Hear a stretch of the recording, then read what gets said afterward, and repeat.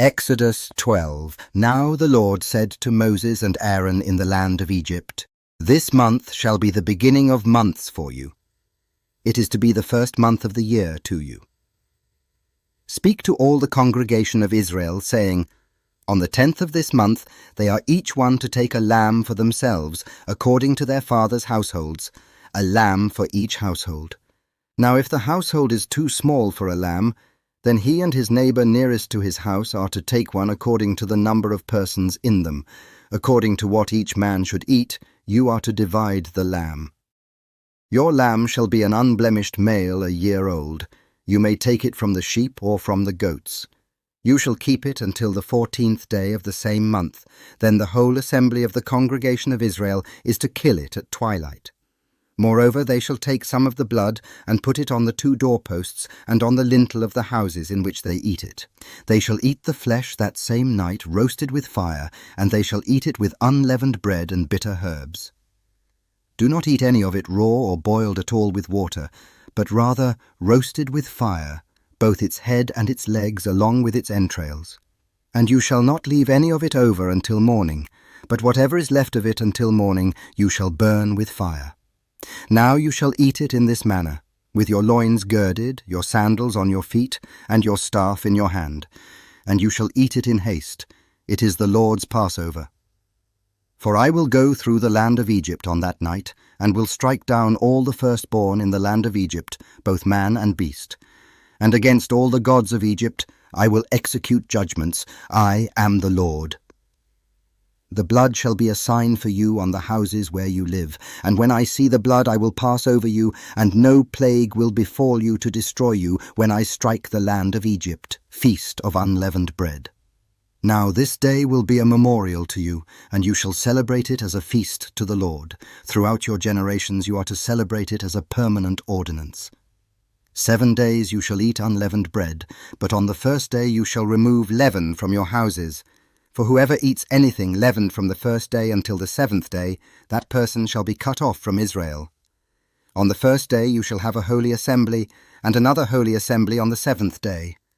No work at all shall be done on them, except what must be eaten by every person, that alone may be prepared by you. You shall also observe the feast of unleavened bread, for on this very day I brought your hosts out of the land of Egypt. Therefore you shall observe this day throughout your generations as a permanent ordinance.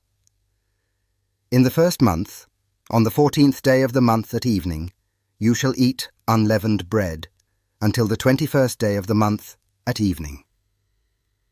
7 days there shall be no leaven found in your houses, for whoever eats what is leavened, that person shall be cut off from the congregation of Israel, whether he is an alien or a native of the land. You shall not eat anything leavened.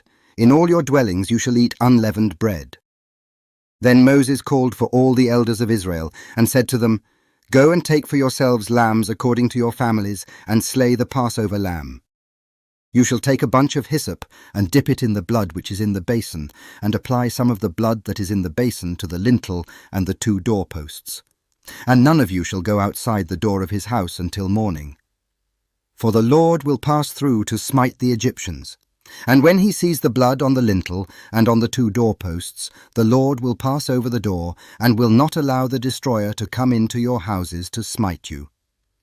And you shall observe this event as an ordinance for you and your children forever. When you enter the land which the Lord will give you, as he has promised, you shall observe this rite.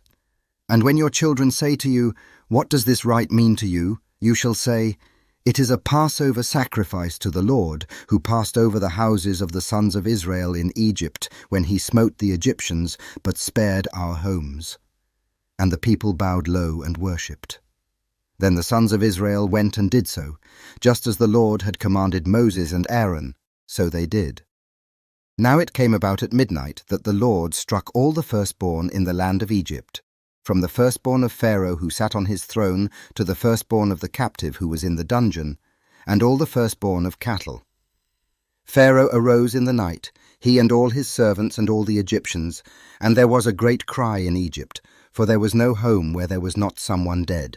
Then he called for Moses and Aaron at night and said, Rise up, Get out from among my people, both you and the sons of Israel, and go, worship the Lord, as you have said. Take both your flocks and your herds, as you have said, and go and bless me also."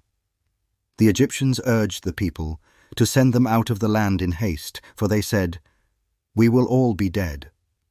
So the people took their dough before it was leavened, with their kneading bowls bound up in the clothes on their shoulders. Now the sons of Israel had done according to the word of Moses, for they had requested from the Egyptians articles of silver and articles of gold and clothing. And the Lord had given the people favor in the sight of the Egyptians, so that they let them have their request. Thus they plundered the Egyptians. Now the sons of Israel journeyed from Ramesses to Succoth, about 600,000 men on foot, aside from children. A mixed multitude also went up with them, along with flocks and herds, a very large number of livestock.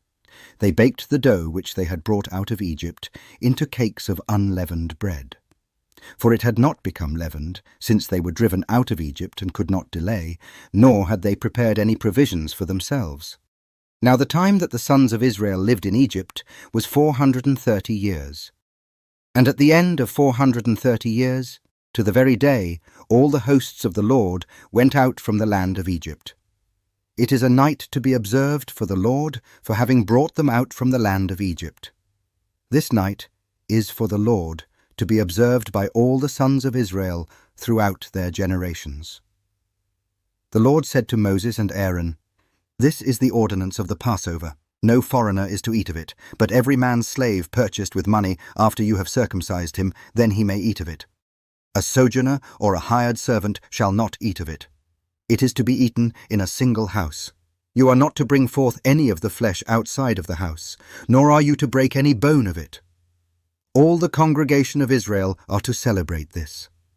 But if a stranger sojourns with you and celebrates the Passover to the Lord, let all his males be circumcised, and then let him come near to celebrate it, and he shall be like a native of the land.